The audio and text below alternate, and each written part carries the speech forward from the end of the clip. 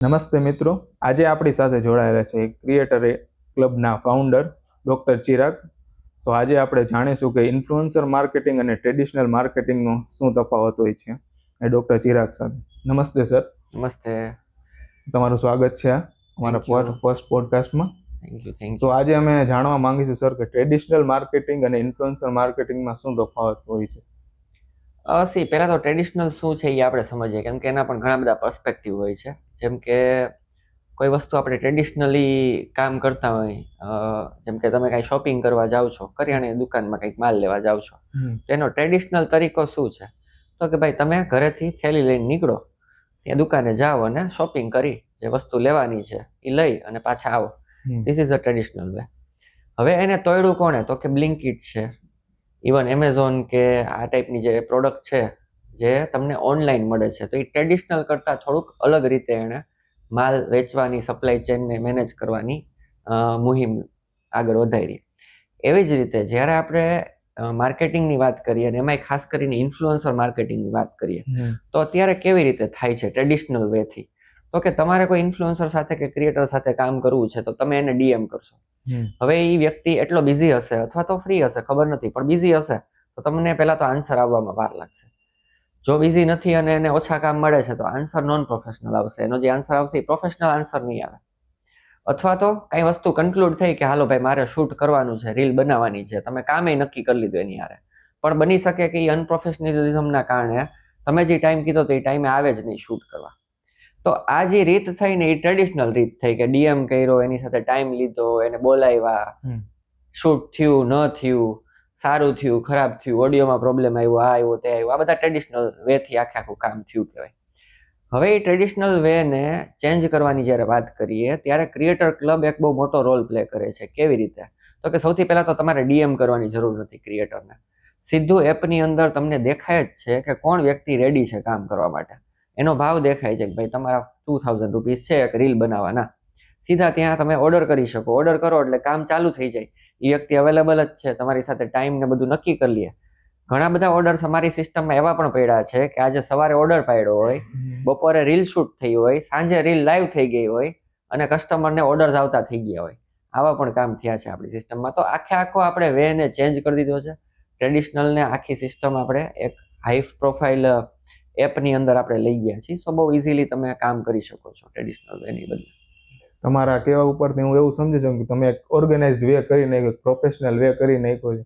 તમારે ડાયરેક્ટ ઇન્ફ્લુએન્સરના કોન્ટેક્ટની જરૂર ન પડે અને એક વચ્ચે એક મીડિયેટર થ્રુ તમે કરી શકો, એટલે તમારી ડેડલાઇનને તમે પહોંચી શકો. Right, perfect. ઓકે.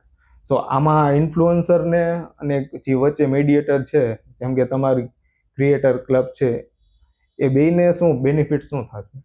એટલે હું મારા બેનિફિટ કરતાં પહેલાં તો બ્રાન્ડ અને ઇન્ફ્લુએન્સરને શું બેનિફિટ થાય એ હું તમને શેર કરું. કેમ કે બિંગ અ પ્લેટફોર્મમાં મારો બેનિફિટ બહુ સિમ્પલ છે કે જે ટ્રાન્ઝેક્શન થાય એ ટ્રાન્ઝેક્શનની ઉપર અમને કમિશન્સ મળે, સિમ્પલ.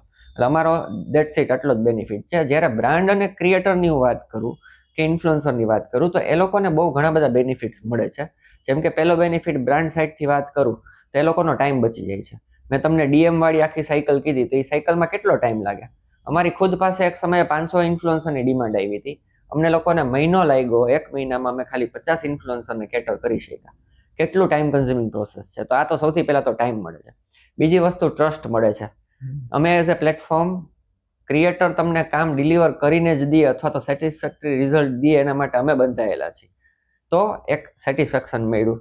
એણે કોઈ જાતનું ઇન્ફ્લુએન્સર, બધા જ ઇન્ફ્લુએન્સર એને એક જ પ્લેટફોર્મ ઉપર મળ્યા. ફોર એક્ઝામ્પલ, તમે ક્રિએટર કે ઇન્ફ્લુએન્સર નથી, તમારે પેઇડ કોલાબ નથી જોતા, પણ તમારા ફોલોઅર છે ને એ 5000 ફોલોઅર છે.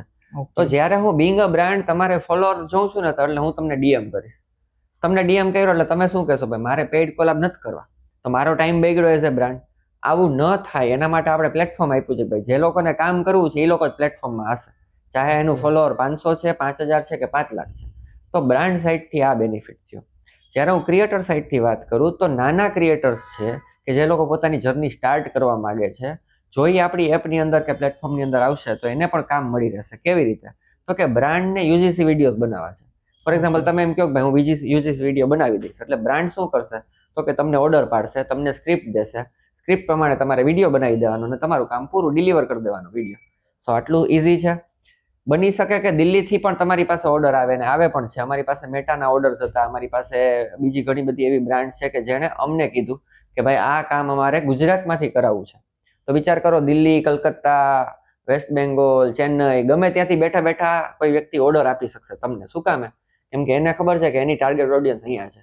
જેમ કે કોઈ સાઉથ ઇન્ડિયન ફૂડ પ્રોડક્ટની વાત કરું, સાઉથમાં બહુ સારી ચાલે છે, એને ગુજરાતમાં એન્ટર થવું છે, તો એને સાઉથ ઇન્ડિયન લોકો પાસેથી એડ નહીં બનાવી શકે, એને ગુજરાતી પાસેથી બનાવી સાથે જ contact આવી રીતે એ લોકોને કામ મળશે. So there are lots of benefits for brands and influencers. તો આમાં ઇન્ફ્લુએન્સર અથવા બ્રાન્ડ કઈ રીતે તમારો કોન્ટેક્ટ કરી શકે? બહુ સિમ્પલ છે. આપણી વેબસાઇટ છે creator.club. એમાંથી તમે એપ ડાઉનલોડ કરી લ્યો, અથવા તો એપ સ્ટોર કે પ્લે સ્ટોરમાંથી તમે એપ ડાઉનલોડ કરી લ્યો અને સીધું તમે તમારી જર્ની સ્ટાર્ટ કરી શકશો સાઇન અપ કરીને. અમારો કોન્ટેક્ટ કરવાની નીડ જ નથી. એમેઝોનનો કોઈ દી કોઈ આપણે કોન્ટેક્ટ કરીએ છીએ, સીધું એપ ડાઉનલોડ કરવાની અને સીધું ઓર્ડર કરવાનું ચાલુ કરી દેવાનું. એટલે ત્યાં તમારું કહેવાનું એવું છે કે ત્યાં જે ઇન્ફ્લુએન્સર ઓલરેડી અવેલેબલ હશે એ ત્યાં સ્લોટ આપણી પાસે દેખાડશે. 1000+ ઇન્ફ્લુએન્સર ઓલરેડી છે રાજકોટના. Okay. So there are lots of influencers, you can just start working. હવે મારો નેક્સ્ટ ક્વેશ્ચન એ છે કે અત્યારે ઇન્ફ્લુએન્સરનું બહુ ડિમાન્ડ વધી ગઈ છે. રાઈટ. ત્યારે કપલ ઇન્ફ્લુએન્સર જોવો, સોલો જોવો, તમને એવું લાગે છે કે ભવિષ્યમાં આવે ચારે બાજુ જ્યારે ઇન્ફ્લુએન્સર જ થઈ જાય તો આ લોકોની જે અર્નિંગ છે એમાં કંઈ ડિક્રીઝ થઈ શકે? તમે ખાલી એક જ પાસું વાત કરી કે ભાઈ ઇન્ફ્લુએન્સર વધી રહી છે, સાથે સાથે બ્રાન્ડ એ વધી રહી છે. ફોર એક્ઝામ્પલ રાજકોટની વાત કરું તો હજી 10% લોકો જ ઇન્ફ્લુએન્સર સાથે કામ કરે છે, તો બાકીના 90% લોકોને કામ તો કરવું જ છે. કે જે લોકો છાપામાં ટચુકડી જાહેરાત આપતા હતા, કે જે લોકો પેઇડ એડ રન કરતા હતા, એ બધાને જરૂરત છે, તો એ બધા તો હજી આવ્યા જ નથી. તો જેમ ઇન્ફ્લુએન્સર વધ્યા છે એમ બ્રાન્ડની અવેરનેસ વધી છે. મોટી મોટી કંપનીઓ, આઈટીસી જેવી કંપની 1 વર્ષમાં 12,000 ઇન્ફ્લુએન્સર સાથે કામ કરવાનું આ વર્ષે એને નક્કી કર્યું છે. રાઈટ. તો લાસ્ટ યર એ લોકોએ ખાલી 750 ઇન્ફ્લુએન્સર સાથે કામ કર્યું.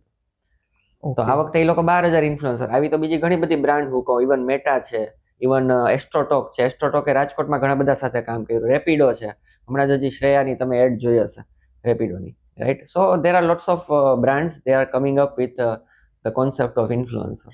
મીન્સ તમારો કહેવાનો અર્થ એવો છે કે આ એક અલગ જ ઇકોનોમી આખી યસ યસ. બૂસ્ટ 50,000 કરોડની ઇકોનોમી છે. 15,000 કરોડ. Yes yes. ઓકે. ઇન્ડિયામાં આપણે એક paid collaboration, brand collaboration, direct જેમનો રજિસ્ટ્રેશન ફીસ કે હોય એ રીતે, અને ફોરેનના ઇન્ફ્લુએન્સર એ કઈ રીતે અર્નિંગ કરે છે ત્યાંની કંપની સાથે, એમાં કઈ ડિફરન્સ હોય છે? ત્યાં પણ સેમ જ વસ્તુ છે. DJI કરીને કંપની છે, ઇન્ટરનેશનલી બહુ કામ કરે છે. અમારા એક મિત્ર છે રશિયા, બહુ 2-3 વખત જઈ આવ્યા છે. ઇન્ડિયામાં કેમ ઇન્સ્ટાગ્રામ છે, એવી રીતે ત્યાં છે ને વ્યૂ કરીને છે, વીકે કરીને છે, સોરી. સો વીકે છે, ઇટ્સ એન ઇન્સ્ટાગ્રામ. તો ત્યાં પણ વીકેની અંદર પણ લોકોને ઇન્ફ્લુએન્સર તરીકે કામ મળે જ છે. ઇવન રશિયાનું એક એક્ઝામ્પલ આપું તો સ્પેશિયલી અહીંયાથી ઇન્ડિયાથી ઇન્ફ્લુએન્સરને એ લોકો બોલાવે છે. એવી રીતે આખા ઓલ ઓવર વર્લ્ડમાંથી 10,000 ઇન્ફ્લુએન્સરને ભેગા કરે છે એ લોકો ત્યાં. રાઈટ. એ લોકો બધું રહેવાની વ્યવસ્થા, ફૂડથી માંડીને બધું જ એ લોકો કરી દે છે. ધેટ મીન્સ કે એ લોકો પણ આ ઇન્ડસ્ટ્રીને પ્રોપર સમજે છે. એ લોકો પણ એ અર્નિંગ એને પાસ ઓન કરે જ છે. રાઈટ. ઇન્ડિયામાં જેમ થાય છે એમ ફોરેનમાં પણ દે આર અર્નિંગ. અને લોકો ફોરેનની અંદર ફૂલ ટાઈમ ઇન્ફ્લુઅન્સિંગ કરે છે. ખ્યાલ એવો જીમ ટ્રેનર છે, gym trainer full time influencer જ હોય. રાઈટ. સો ઇન્ડિયામાં હજી બહુ કલ્ચર ઓછું છે, બહુ ઓછા લોકો ફૂલ ટાઈમ કરે છે, અને કરવું જોઈએ, ફૂલ ટાઈમ ઉપર જવું જોઈએ લોકોએ. ઓકે. થેન્ક યુ સર, તમે અમારી સાથે જોડાણા એ બદલ તમારો આભાર. થેન્ક યુ ભાઈ. થેન્ક યુ મિત્રો. આજે આપણે જોયું કે ક્રિએટર ક્લબના ફાઉન્ડર જે ડૉક્ટર ચિરાગ હતા, એમણે આપણને જણાવ્યું કે કઈ રીતે ઇન્ફ્લુએન્સર માર્કેટિંગ એક નવી ઇકોનોમી ઊભી કરે છે, એક ઇન્ફ્લુએન્સર માટે, અને એક મીડિયેટર તરીકે પણ કઈ રીતે અર્નિંગમાં હેલ્પફુલ થશે, અને ફોરેનના ક્રિએટર્સ અને ઇન્ડિયન ક્રિએટર્સમાં કઈ રીતે અર્નિંગનો ડિફરન્સ હોય છે. સો હજુ આપણે આગળના એપિસોડ જોશું. Thank you.